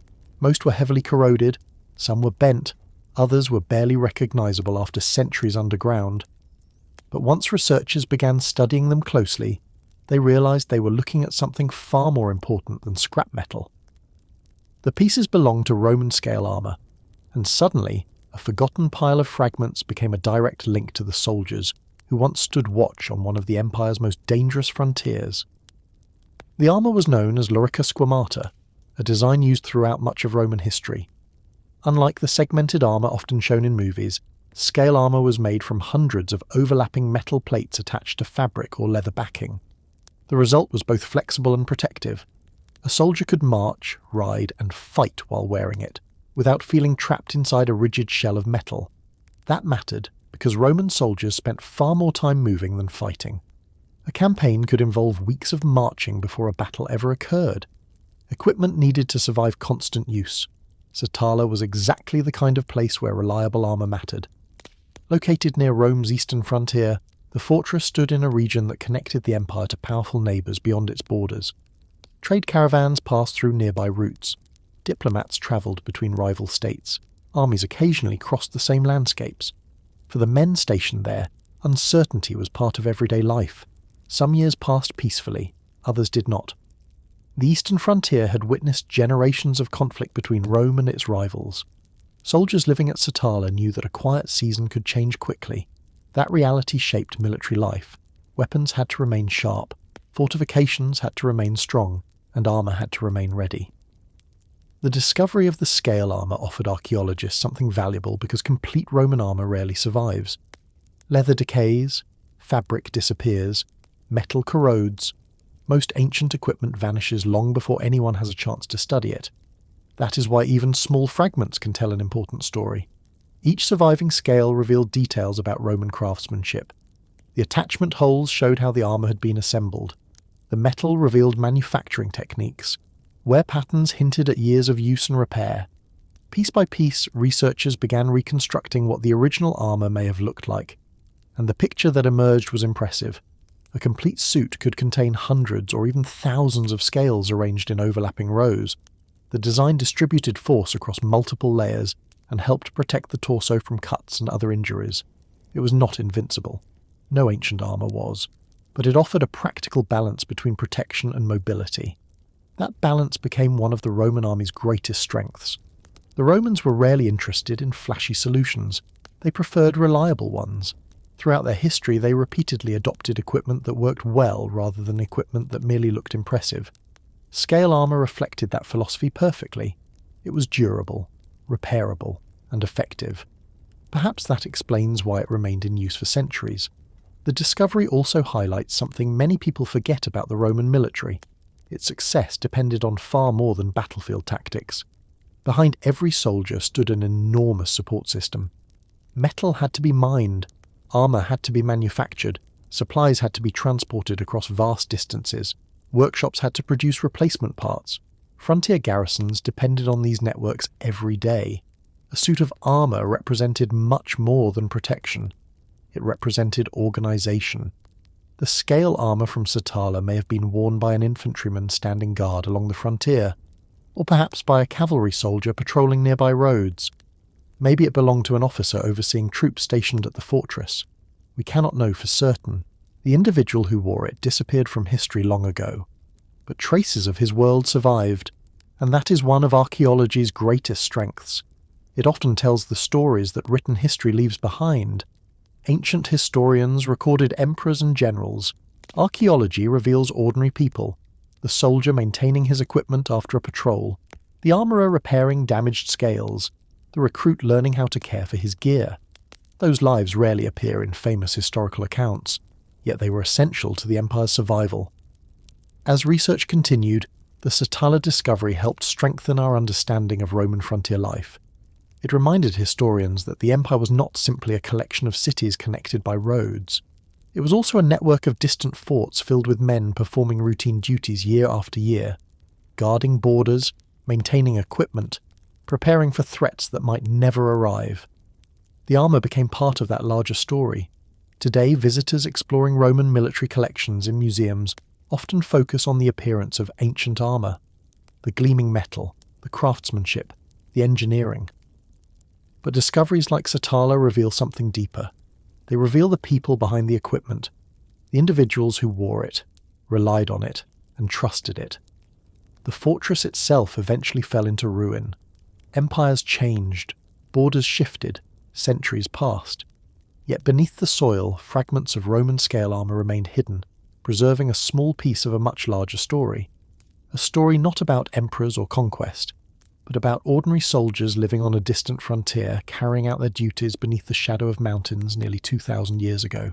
Argentina's Pyramid Mountain Mystery. In one of the most isolated corners of Argentina, there is a mountain that doesn't look like a mountain. Rising from the edge of a vast salt flat known as the Salar de Ajezaro, the formation appears almost too perfect. Its slopes rise evenly toward a pointed summit, creating a shape that resembles a giant pyramid placed carefully in the middle of the desert. The first time most people see a photograph of Cono de Arita, they ask the same question. Is it natural? It's an understandable reaction. For thousands of years, human beings have built pyramids. Egypt has them, Mexico has them, Sudan has them. Ancient civilizations across the world seem drawn to the same basic shape. So when people encounter a mountain that appears to follow the same design, curiosity takes over almost immediately. Yet Cono de Arita stands in one of the emptiest landscapes in South America. No ancient city surrounds it. No temples sit at its base. No inscriptions cover its slopes. Just a lonely pyramid-shaped mountain surrounded by desert and silence. The region itself feels almost otherworldly. Located more than 11,000 feet above sea level, the area belongs to the Puna Plateau, a harsh landscape of salt flats, volcanic peaks, and endless open horizons. Rain is scarce.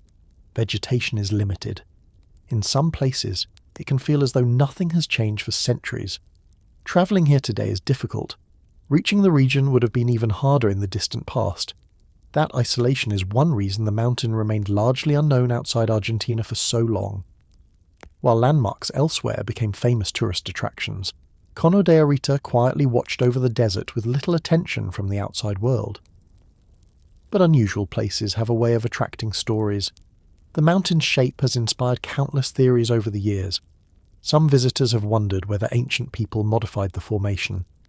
Others have suggested ceremonial uses connected to indigenous cultures that once travelled through the region. Most of these ideas remain speculation. Still, they persist because the mountain simply doesn't look ordinary. Even geologists admit that its appearance is striking. From certain viewpoints, the symmetry is almost unsettling. The surrounding terrain appears rough and irregular, yet Cono de Arita rises with a balance that immediately captures attention. Nature rarely creates perfect shapes, but occasionally it creates something close enough to make people wonder. Ancient travellers likely wondered too. Long before maps existed, distinctive landmarks served as navigation points. A formation like Cono de Arita would have been visible from great distances across the flat desert landscape. Imagine crossing the high plateau hundreds or even thousands of years ago. Days of travel, harsh winds, thin mountain air. Then, appearing on the horizon, a solitary pyramid-shaped mountain unlike anything else in the region. It would have been impossible to ignore. Across the Andes, mountains often carried spiritual significance.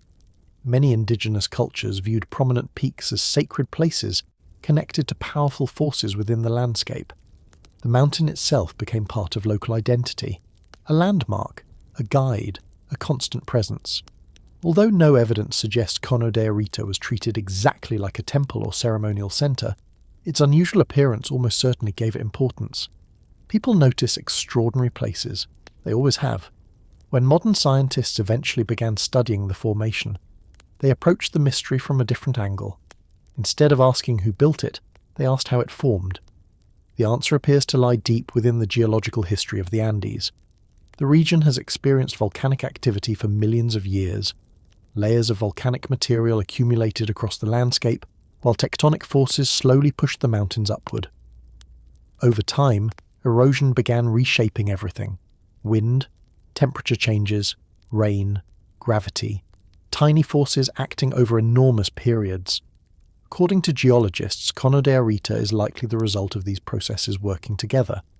Certain materials resisted erosion better than the surrounding terrain, allowing the cone-shaped formation to remain while other areas gradually wore away.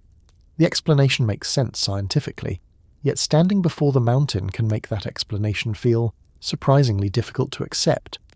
Because Cono de Arita doesn't just look unusual, it looks intentional. That's the strange part. Many natural landmarks appear random. This one does not. Its shape seems organized, deliberate, almost planned, and that visual illusion may be the real reason the mystery survives. Human beings are wired to recognize patterns. Our ancestors depended on that ability for survival. Spotting shapes, identifying familiar forms, and recognizing order helped people understand the world around them. Sometimes that instinct works so well that we see design where none exists. Cono de Arita takes advantage of exactly that tendency. The mountain looks like something humans would build, so people naturally assume humans must have built it. Yet every investigation points back toward the same conclusion. Nature created it, and perhaps that is more impressive than any alternative. Ancient monuments are remarkable because they reveal what people can accomplish through effort and imagination. Cono de Arita reveals what nature can accomplish when given millions of years. No architects, no engineers, no construction crews, just geological forces shaping a landscape over vast stretches of time. Today, the mountain remains one of Argentina's most unusual landmarks. Photographers travel long distances to capture its silhouette against the desert sky. Travelers cross remote roads simply to see it with their own eyes.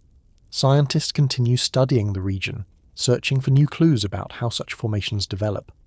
And despite all the explanations, the first reaction rarely changes. People see it, they stop, and they wonder. Because in a world filled with natural wonders, few places blur the line between nature and architecture quite as convincingly as Cono de Arita. Standing alone in the high desert, surrounded by silence and endless horizons, it still looks exactly like what it isn't. A giant pyramid waiting in the middle of nowhere. Human sacrifice tombs of Shang China. More than 3,000 years ago, long before the Great Wall stretched across northern China, and long before the rise of the great imperial dynasties, a powerful kingdom ruled the Yellow River Valley. Its rulers commanded armies, controlled bronze workshops, and presided over elaborate ceremonies that connected the living with the dead. This was the Shang dynasty. And buried beneath the fields of modern-day Anyang, archaeologists would uncover evidence of one of the most unsettling practices in the ancient world: human sacrifice. The story begins in the early 20th century when scholars became interested in strange pieces of bone appearing in markets across China. The bones were covered with ancient symbols unlike anything people had seen before. Eventually researchers traced them back to the area around Anyang in Henan province. What they discovered changed Chinese archaeology forever. Hidden beneath the ground was the last capital of the Shang dynasty. Palaces, workshops, royal cemeteries, thousands of artifacts, and some of the earliest examples of Chinese writing ever found. For historians, it was like opening a door into a world that had been lost for more than 3,000 years. As excavations expanded, archaeologists uncovered enormous royal tombs carved deep into the earth. These were not simple graves. Some required massive amounts of labour to construct. Long ramps descended into burial chambers filled with bronze vessels, jade ornaments, weapons, and ceremonial objects. The rulers buried here clearly possessed immense power. But alongside these treasures, researchers found something unexpected: human remains. At first, archaeologists assumed they belonged to family members or attendants who had been buried naturally alongside the dead. Then more excavations revealed a disturbing pattern.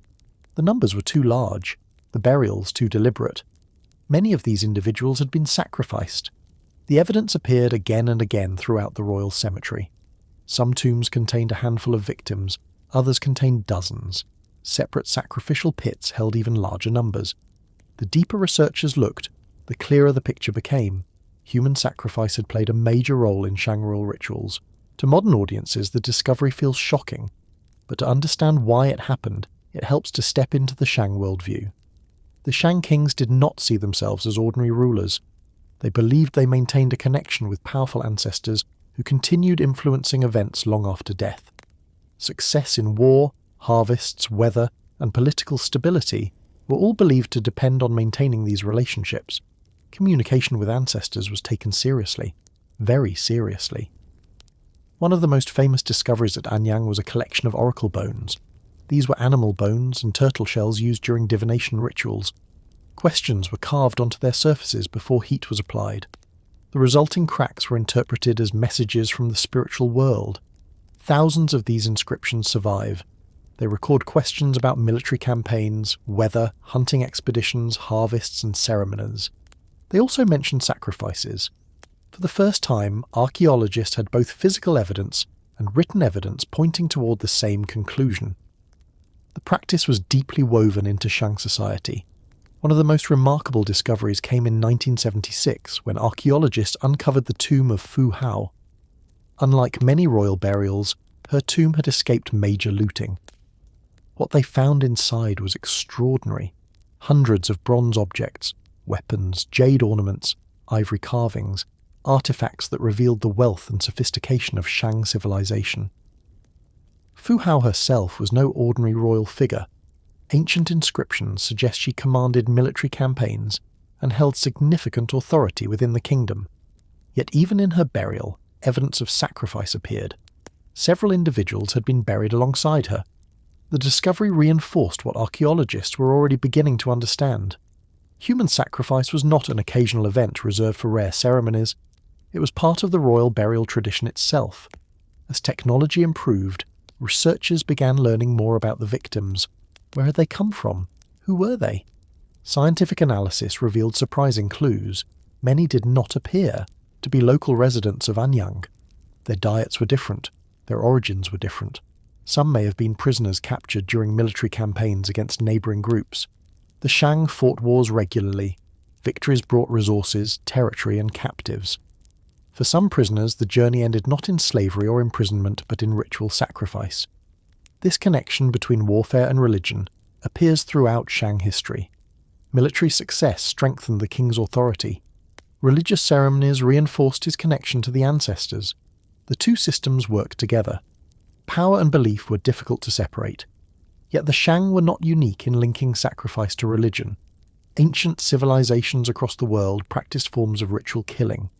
Human sacrifice appeared in parts of Mesoamerica, the ancient Near East, and elsewhere. The details varied from culture to culture, but the underlying belief was often similar. Important offerings could influence powerful spiritual forces. What makes Anyang remarkable is the scale of the evidence. Thousands of human remains have been discovered across the site. Some appear connected to royal funerals, others were part of large ceremonial events. Together they provide one of the clearest archaeological records of ritual sacrifice anywhere in the ancient world. At the same time, the site reveals a civilization capable of extraordinary achievements. The Shang mastered bronze casting on a level that impressed even modern researchers. Their craftsmen produced vessels of incredible complexity. Their scribes developed early forms of writing. Their rulers governed a sophisticated kingdom supported by agriculture, trade, and military power. This contrast is what makes Anyang so fascinating. The same civilization that created beautiful works of art also practiced rituals that many people today find difficult to understand. Archaeology often reminds us that the past does not fit neatly into modern categories. Ancient societies were capable of remarkable creativity and remarkable brutality at the same time. The Shang dynasty was no exception. Today, Anyang remains one of China's most important archaeological sites. New excavations continue revealing information about the people who lived there and the beliefs that shaped their world. Every discovery adds another piece to the puzzle. Every tomb reveals another chapter in the story. And buried beneath the soil of northern China lies the memory of a civilization that helped shape Chinese history, while leaving behind mysteries that continue to fascinate researchers more than 3,000 years later. The royal tombs of Anyang are more than burial sites. They are a window into an ancient kingdom where kings sought guidance from ancestors, armies marched across distant frontiers, bronze craftsmen created masterpieces, and rituals connected the worlds of the living and the dead. It is a world that feels both familiar and strangely distant, and few places reveal it more clearly than the tombs hidden beneath the ancient capital of the Shang dynasty. Ancient underground sanctuary, hidden in Italy. Beneath the modern city of Capua in southern Italy, hidden below streets, buildings, and centuries of history, lies a sanctuary that once belonged to one of the Roman Empire's most mysterious religions. At first glance, there is nothing unusual about the area above it. People go about their daily lives without realizing that beneath their feet survives a place where secret ceremonies were performed nearly 2,000 years ago. A place illuminated by torchlight. A place entered only by initiates. A place dedicated to a god known as Mithras. Today it is called the Mithraeum of Capua, and it remains one of the best preserved underground sanctuaries associated with the cult of Mithras anywhere in the Roman world. What makes the site fascinating is not its size. It is the mystery surrounding the people who gathered there.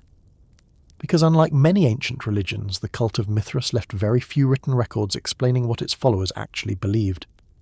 Most of what historians know comes from archaeology, fragments, symbols, hidden sanctuaries like the one beneath Capua. The story of Mithras begins far from Italy. The religion appears to have developed within the Roman Empire during the 1st century AD, eventually spreading across vast territories. Archaeologists have discovered Mithric temples from Britain to the Middle East, showing just how popular the cult became among certain groups of people, especially soldiers. Roman soldiers seem to have played a major role in spreading the religion across the empire. As armies moved from province to province, the worship of Mithras travelled with them. Yet despite its popularity, Mithraism remained secretive. Membership was restricted. Ceremonies were private. Outsiders were rarely allowed to observe what happened inside the sanctuaries. That secrecy created an air of mystery that still surrounds the religion today. The sanctuary at Capua provides one of the clearest windows into that hidden world. When visitors descend into the underground chamber, they immediately notice how different it feels from a traditional Roman temple. There are no towering columns, no massive public spaces, no grand courtyards designed to impress crowds. Instead, the sanctuary feels intimate, almost enclosed. The room was designed for a relatively small group of worshippers. Benches line the sides of the chamber, suggesting participants gathered together during ceremonies. The atmosphere would have been very different from the public religious festivals common elsewhere in Roman society. This was not a place for thousands of people. It was a place for initiates, people who had been accepted into the cult, people who understood rituals hidden from outsiders. At the far end of the sanctuary stands the most recognizable image associated with Mithras, the god killing a bull. Known as the Tauroctony, this scene appears in Mithric temples throughout the Roman Empire. Mithras kneels above the animal while various symbolic figures surround the event. To modern observers, the image raises immediate questions. Why the bull? What did it represent? What story was being told? The frustrating answer is that nobody knows with complete certainty. Ancient followers rarely left explanations behind. As a result, historians continue debating the meaning of the scene even today. Some believe it symbolized creation, others connect it to astrology.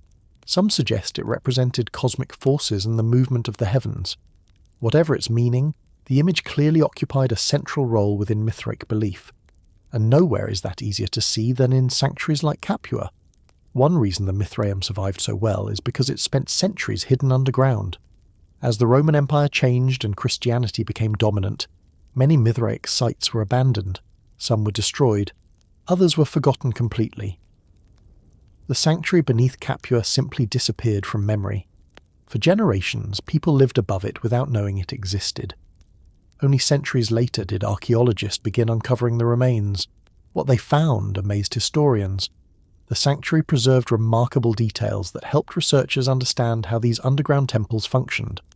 Wall paintings survived. Architectural features remained intact. The layout revealed how ceremonies may have been organized. For a religion that left so few written records, Every surviving detail became valuable. The more archaeologists studied Mithric sites, the stranger the religion appeared. Membership seems to have involved different levels of initiation. Participants progressed through ranks associated with symbolic animals and celestial imagery. Ritual meals may have played an important role. Some ceremonies were probably designed to test commitment and loyalty, but many details remain uncertain. The secrecy that once protected the cult now frustrates historians trying to understand it. And perhaps that uncertainty explains why Mithraism continues attracting attention. Most ancient religions eventually reveal their stories through surviving texts. Mithraism remains different. The evidence is incomplete. The mysteries remain. Researchers must reconstruct the religion piece by piece, using clues left behind in underground sanctuaries scattered across Europe. Capua provides some of the best clues available, yet even there many questions remain unanswered. Who joined the cult? Why did it become so popular among soldiers? What happened during initiation ceremonies? And why did a religion that spread across much of the Roman Empire eventually disappear? The answers remain hidden somewhere between archaeology and speculation. What is certain is that the sanctuary beneath Capua once held great importance for the people who gathered there. Men descended into the underground chamber carrying beliefs that connected them to thousands of others across the Roman world. They participated in ceremonies hidden from outsiders. They shared symbols understood only by fellow initiates, and they belonged to one of the most mysterious religious movements of antiquity. Today, the torches are gone. The ceremonies ended centuries ago. The voices that once echoed through the chamber have long since faded into history. Yet the sanctuary remains, quiet, hidden beneath the modern world, a reminder that some of the most fascinating places in history are not towering monuments visible for miles. Sometimes they are buried beneath the ground, waiting patiently for future generations to rediscover them. And among the many secrets left behind by the Roman Empire, few are as intriguing as the underground sanctuary hidden beneath Capua, giant rock city forgotten in Crimea. High on a rocky plateau overlooking the valleys of Crimea stand the remains of a city that once seemed almost impossible to conquer. From a distance, it appears to grow directly from the stone itself. Cliffs protect its edges. Ancient walls blend into the landscape, and caves carved deep into the rock hint at centuries of human activity hidden within the mountain. Today the site is known as Chufut Kal. For hundreds of years it was one of the most remarkable fortified settlements in the region, yet many people outside Crimea have never heard of it. Walking through the ruins today feels strangely different from visiting a typical ancient city. There are no towering marble temples, no massive monuments dominating the horizon. Instead, much of the city is built into the rock itself. Doorways cut directly into stone, storage chambers hidden beneath the surface, passageways winding through the plateau.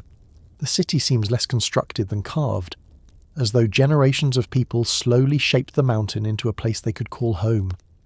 The location was chosen carefully. The plateau rises above the surrounding landscape, creating natural defences on nearly every side.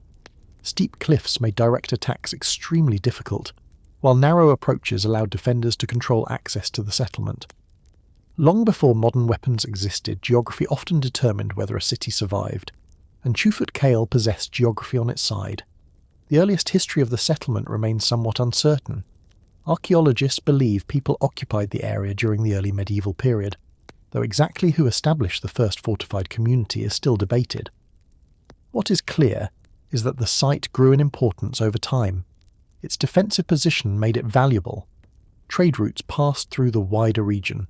Empires rose and fell around the Black Sea, and the city adapted to changing political realities. For centuries, Crimea sat at the crossroads of civilizations. Merchants, armies, travellers, and settlers moved through the region from many different directions. Greek colonies, Byzantine influence, Turkic peoples, Mongol expansion, and later powers all left their mark on the peninsula. Chufut Kale witnessed much of that history. Its walls saw rulers come and go. Its residents adapted to changing circumstances generation after generation. One of the most fascinating aspects of the city is its connection to the Karaite community. The Karaites followed a unique form of Judaism that relied heavily on direct interpretation of scripture.